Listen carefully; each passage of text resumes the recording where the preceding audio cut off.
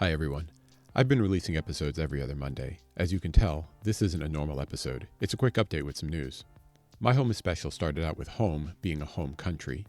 Each guest we had on the podcast shared what was special about their home country and, more importantly, why those things were special to them. Each of those recap episodes also included a story at the urging of my friend Taylor. I'll come back to that. In November last year, the podcast took a really neat pivot. We began exploring home as a vocation. I've been trying to bring on a wide range of guests that are at home in a broad set of spaces. We've had a legendary rapper, a chef, a pastor, entrepreneurs, and more. I even did a quick throwback episode with a country episode on Guatemala a few weeks ago. It's actually been a lot of fun talking with people I've known for a long time and have admired for just as long. So where's the episode for today? Well, there are two changes coming to the podcast that will simplify my life and still bring you great episodes.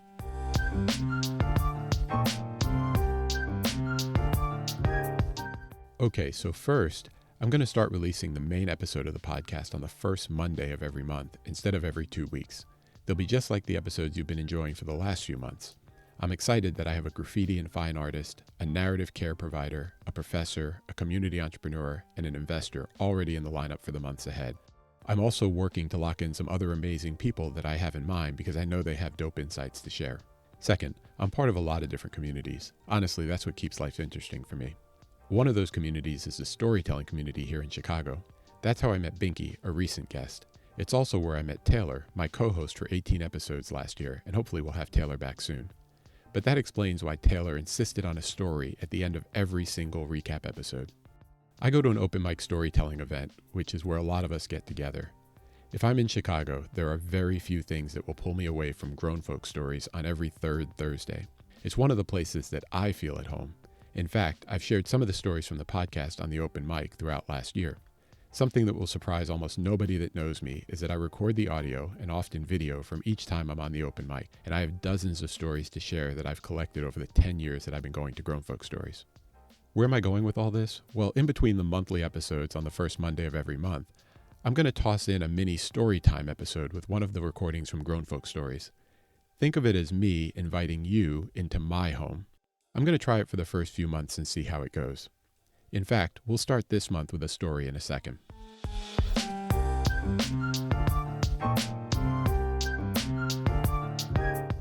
All right, it's story time. We just took a trip to Asia, and as you can see, I didn't do country episodes because we bounced around and didn't spend enough time in any single place. However, we started with a visit to Sumatra to go orangutan trekking. Let's just say it was an eventful way to start our trip, and here's the story of what happened. I hope you enjoy it.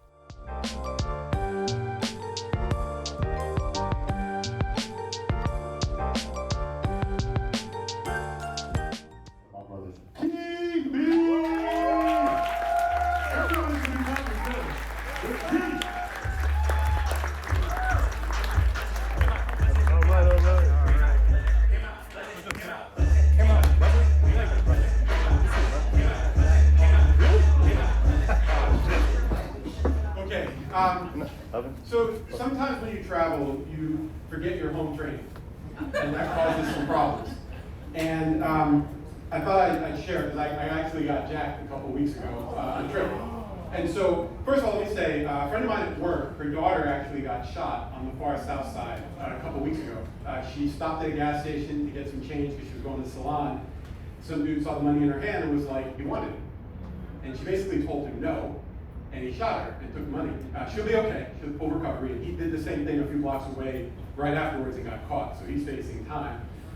But I remember talking to my friend and telling her, talk to your daughter. Like you can always replace the bag. Like the home training should be like, give up the money. It was like $20. It's like just give the money.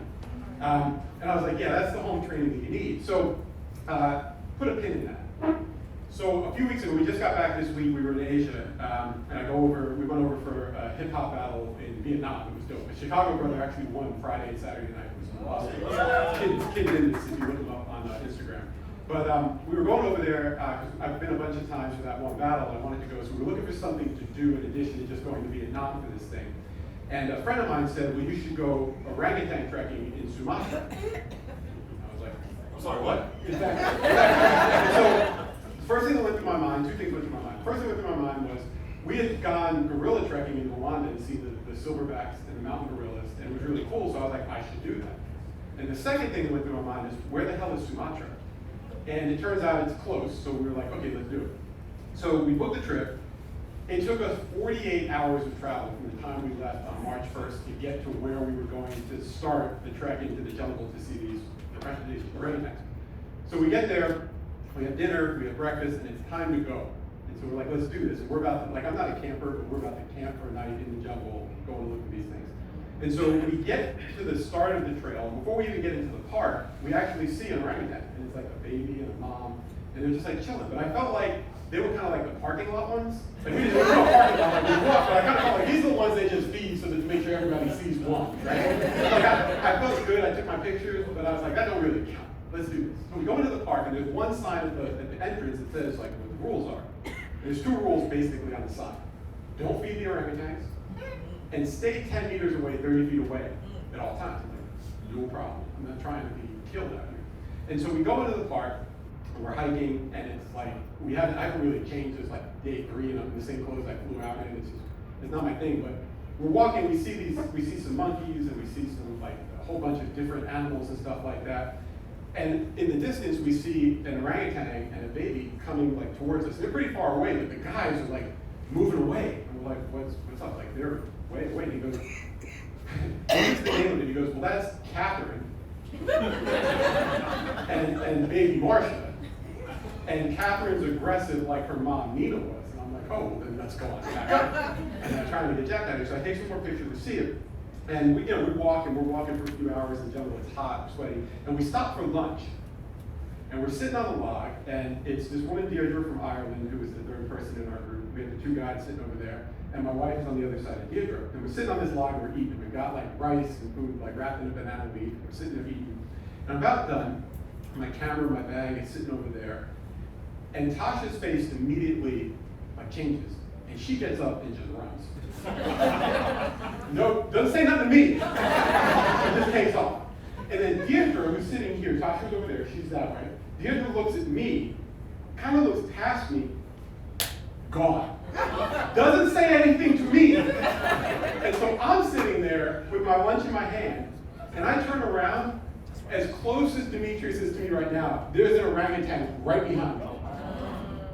And I'm thinking to myself, yo, 10 meters, fool, like, what are you doing? I'm sitting here, you came to me. And so I look and I'm like, oh crap. So I get up and I basically go to where my wife is, and it's Catherine. And she picks up Deirdre's lunch and starts eating it. And I'm like, you ain't supposed to be eating our food. No, we're not feeding you. And so I'm looking over there. The guy just grabbed my bag because it turns out if they think there's food in your bag, the orangutans will like take your stuff. And my camera is clipped on my bag.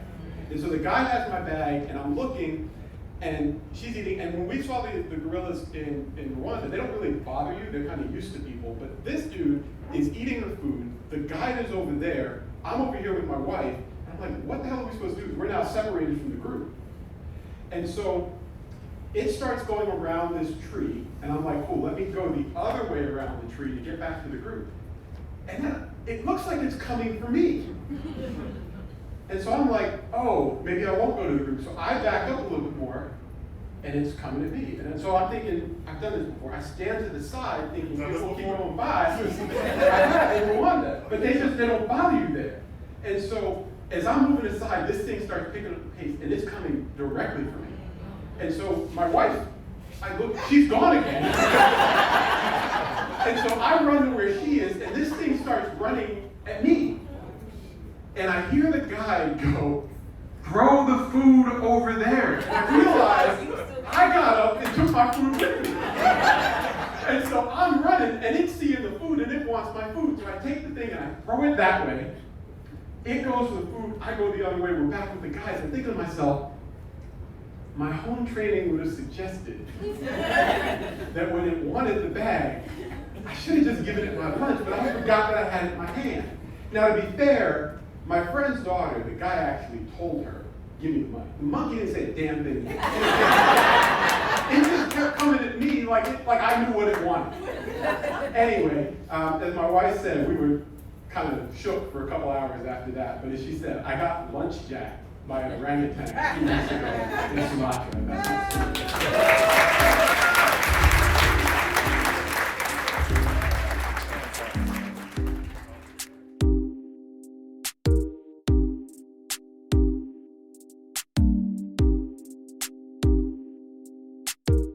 Thanks for listening to this episode of My Home is Special. Be sure to subscribe to the podcast to get future episodes automatically. You can go to myhomeisspecial.com to see the full project and sign up for email updates. Be sure to follow KBevPhoto on Instagram or go to kbevphoto.com to see what I'm snapping these days. There's a lot on both to explore. For now, this is Keith, aka KBev, signing off. Peace.